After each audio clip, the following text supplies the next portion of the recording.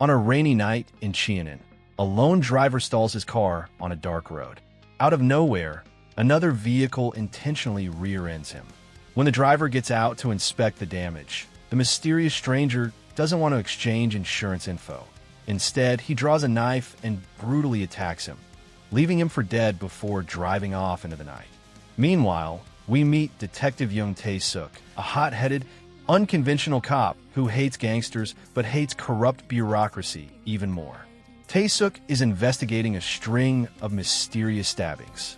While his superiors dismiss them as random, isolated crimes, Tae-suk's gut tells him something far worse is happening.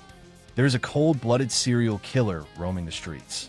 Switch to Jang Dong-soo, a massive, ruthless, and highly feared mafia boss who controls the city's illegal gambling rings. Dong-soo isn't a man you want to cross. We see him working out on a punching bag that actually has a rival gangster trapped inside it. He is a man who relies completely on his terrifying reputation to keep his criminal empire running smoothly. One night, after a meeting with a rival boss, Dong-soo is driving home alone in the heavy rain. The exact same mysterious car appears behind him and hits his bumper.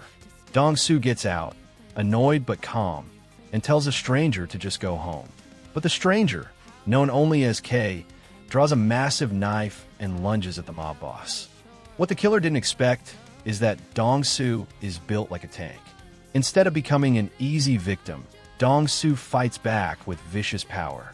A brutal, bloody brawl breaks out in the middle of the pouring rain.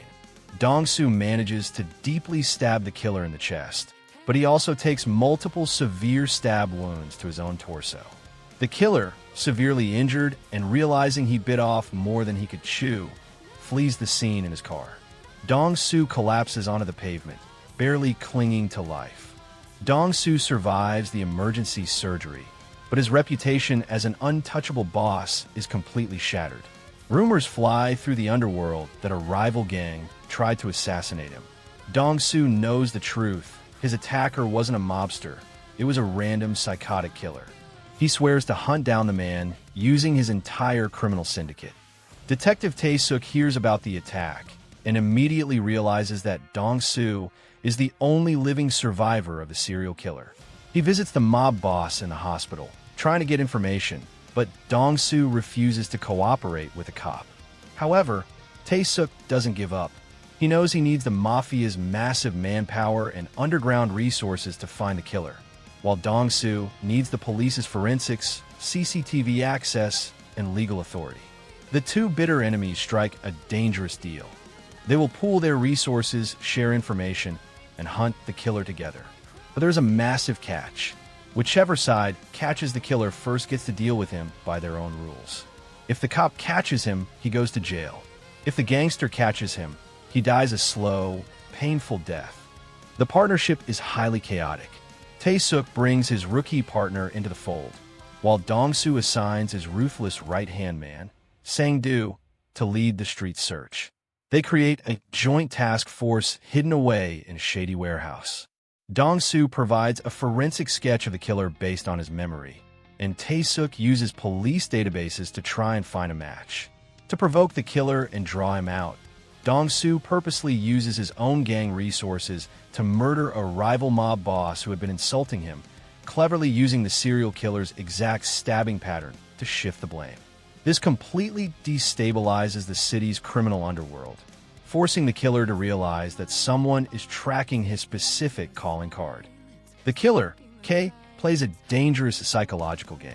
He'll leave a letter for the police, mocking their inability to catch him.